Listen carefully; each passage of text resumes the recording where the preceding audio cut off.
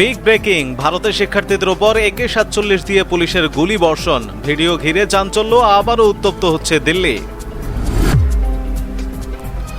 মোদির নতুন খেলা শুরু, আন্দোলনকারী শিক্ষার্থীদের ধরতে অভিযান শুরু করেছে পুলিশ। অপরদিকে অভিজিৎ দ্বীপের হুঁশিয়ারি, শিক্ষামন্ত্রীর ইস্তফাই শেষ নয়, এটি বড় লড়াইয়ের শুরু।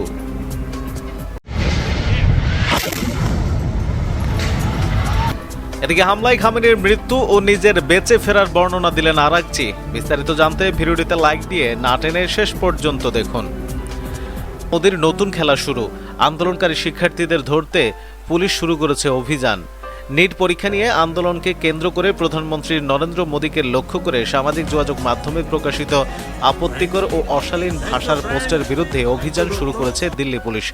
ভারতীয় গণমাধ্যম এনডিটিভির খবরে বলা হয়েছে, বিভিন্ন সামাজিক যোগাযোগ মাধ্যমকে এ বিষয়ে নোটিশ পাঠানো হয়েছে।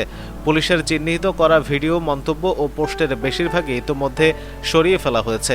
নতুন করে এ ধরনের কোনো কন্টেন্ট প্রকাশিত হচ্ছে কিনা তার নিয়মিত পর্যবেক্ষণ করছে পুলিশের একটি বিশেষ দল। আপত্তিকর পোস্ট শনাক্ত হলে সংশ্লিষ্ট প্ল্যাটফর্মকে দ্রুত ব্যবস্থা নেওয়ার নির্দেশ দেওয়া হচ্ছে। কেন্দ্রীয় শিক্ষামন্ত্রী ধর্মেন্দ্র প্রধানের পদত্যাগের পর দিনই এই অভিযান শুরু হয়। তার পদত্যাগের মধ্য দিয়ে 1 মাসের বেশি সময় ধরে চলা ছাত্র আন্দোলনের অবসান ঘটে।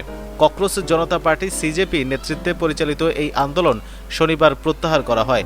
ধর্মেন্দ্র প্রধানের পদত্যাগের পাশাপাশি সিজেপি আরও 2টি দাবি মেনে নেওয়ায় আন্দোলন প্রত্যাহারের ঘোষণা দেয়। শিক্ষামন্ত্রীর পদত্যাগের পর সিজেপি নতুন কয়েকটি দাবিও তোলে। এর মধ্যে ছিল নিট পরীক্ষার্থী আত্মহত্যাকারীদের পরিবারকে 1 কোটি রুপি ক্ষতিপূরণ, আন্দোলনকারী শিক্ষার্থীদের বিরুদ্ধে কোনো ব্যবস্থা না নেওয়া এবং র্যাপিড অ্যাকশন ফোর্স র্যাফ ও পুলিশের প্রকাশ্য ক্ষমা প্রার্থনা।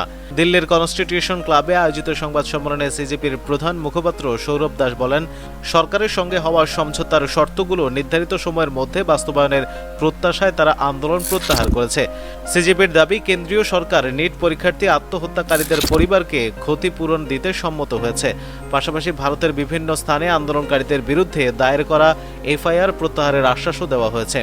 আন্দোলনকারীদের বিরুদ্ধে দায়ের করা সব এফআইআর প্রত্যাহার করা হবে কিনা এমন প্রশ্নের জবাবে সিজেপির নেতা রাঙ্কা বলেন, শান্তিপূর্ণ আন্দোলনকারী ও প্রকৃত অপরাধীর মধ্যে পার্থক্য করা সম্ভব।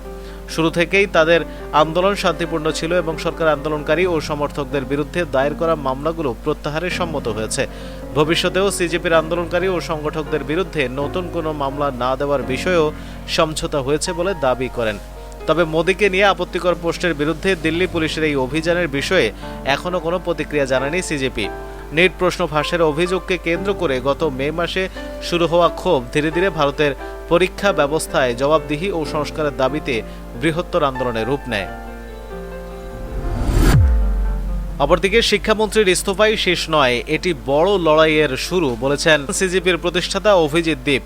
ভারতের প্রশ্ন ফাঁস কাণ্ডের দ্রুত বিচার ও শিক্ষা ব্যবস্থার সংস্কার দাবিতে গড়ে ওঠা আন্দোলনের পরিপ্রেক্ষিতে সব দাবি মেনে নিয়েছে সরকার। ককরোচ জনতা পার্টির নেতৃত্বাধীন ছাত্র জনতার 36 দিনের আন্দোলনের ফলে শনিবার শিক্ষামন্ত্রী ধর্মেন্দ্র প্রধান পদত্যাগ করেছেন।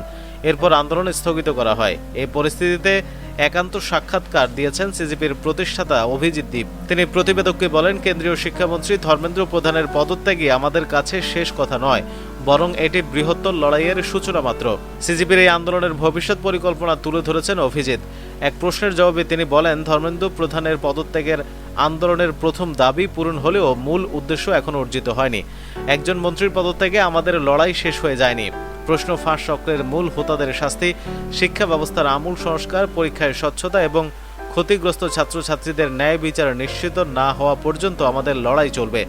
সরকারের দাবি মেনে নেওয়ার আশ্বাসে কতটা আস্থা আছে প্রশ্নের জবাবে দ্বীপকে বলেন, আমরা আশ্বাসে নয়, বাস্তব ফলাফলে বিশ্বাস করি।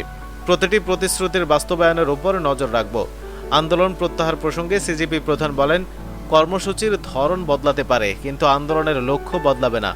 দেশজুড়ে ছাত্র যুব সমাজের সঙ্গে ধারাবাহিক যোগাযোগ রেখে নতুন কর্মসূচি দেওয়া হবে এবং প্রয়োজনে আরও বৃহত্তর গণ আন্দোলনের পথেও হাঁটবে সিজেপি। তিনি আরও বলেন, এটি কোনো রাজনৈতিক দলের আন্দোলন নয়, এটি ছাত্র, অভিভাবক এবং সাধারণ মানুষের ন্যায় বিচারের আন্দোলন।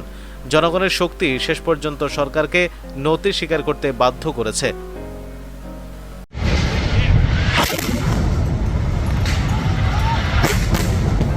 এদিকে যুক্তরাষ্ট্রের হামলায় খামেনির মৃত্যু ও নিজের বেঁচে ফেরার বর্ণনা দিলেন আরাকচি। যুক্তরাষ্ট্র ও ইসরায়েলের যৌথ বিমান হামলায় নিহত হন ইরানের তৎকালীন সর্বোচ্চ নেতা আয়াতুল্লাহ আলী খামেনি। একই স্থানে উপস্থিত থেকেও ধ্বংসস্তূপের মধ্য থেকে অলৌকিকভাবে জীবন বেঁচে যায় পররাষ্ট্রমন্ত্রী আব্বাস আরাকচির। সম্প্রতি এক সাক্ষাৎকারে ওই ভয়াবহ ঘটনার বিবরণ দিয়েছেন তিনি। ইরানি সংবাদ মাধ্যম জাদ মগুইকে দেওয়া সাক্ষাৎকারে আরাকচি জানান, হামলার ঠিক আগ মুহূর্তে তারা খামেনির উপপ্রধান কর্মী আলী আসগর হিজাজের কার্যালয়ে বৈঠক করছিলেন। সেখানে হিজাজের কাছে তিনি প্রতিবেদন উপস্থাপন করছিলেন। ঠিক এমন সময় কয়েক সেকেন্ডের ব্যবধানে পরপর 3টি শক্তিশালী বিস্ফোরণে গোটা ভবন কেঁপে ওঠে। তৃতীয় বিস্ফোরণটি তাদের ভবনের ঠিক পাশেই ঘটেছিল, যার সরাসরি আঘাতে অফিস কক্ষসহ ভবনের বাম দিক পুরোপুরি ধসে পড়ে এবং ঘটনাস্থলেই মারা যান হিজাজের সচিব। মৃত্যুর হাত থেকে অলৌকিক প্রত্যাবর্তনের অভিজ্ঞতা বর্ণনা করে আরাকচি বলেন, তারা ভবনের অন্য অংশে থাকায় ছাদ ও দেয়াল ধসে পড়ার পরও বেঁচে যান। সেখান থেকে বিম ও কাঠের স্তূপ সরিয়ে হিজাজের হাত ধরে চিৎকার শুনতে শুনতে তারা কোনো মতে ধ্বংসস্তূপ থেকে বের হয়ে আসেন। পুরো চত্বরের বিভিন্ন অংশে একের পর এক লক্ষ্যভিত্তিক আঘাত হানা হচ্ছিল। পরবর্তী সময় সরকারি গাড়ি ধ্বংস হয়ে যাওয়ার পর এক পথচারীর সহায়তায় মন্ত্রণালয়ে পৌঁছান তিনি। জীবনের ঝুঁকি এড়াতে বর্তমানে তেহরানে নিয়মিত গাড়ি পরিবর্তন করে অবস্থান নিচ্ছেন এই ইরানি পররাষ্ট্রমন্ত্রী। তিনি স্বীকার করেন, তাদের নিরাপত্তা ব্যবস্থায় বড় ধরনের ত্রুটি ছিল।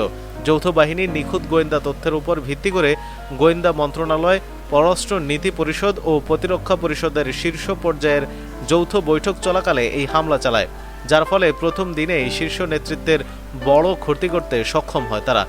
আরাকচি জানান, ওই ঘটনার পর তারা প্রায় 3 দিন সম্পূর্ণ যোগাযোগ বিচ্ছিন্ন ছিলেন। খামেনির অবর্তমানে তার ছেলে মোস্তফা খামেনির নতুন সর্বোচ্চ নেতা হিসেবে দায়িত্ব পেলেও আরাকচির সাথে এখনও তার সাক্ষাৎ হয়নি। তবে এই ধারাবাহিকতা বহাল থাকা বিশ্বাসীদের কাছে তেহরানের কঠোর অবস্থান ও নীতি অপরিবর্তিত থাকার সুস্পষ্ট বার্তা দেয় বলে তিনি উল্লেখ করেন।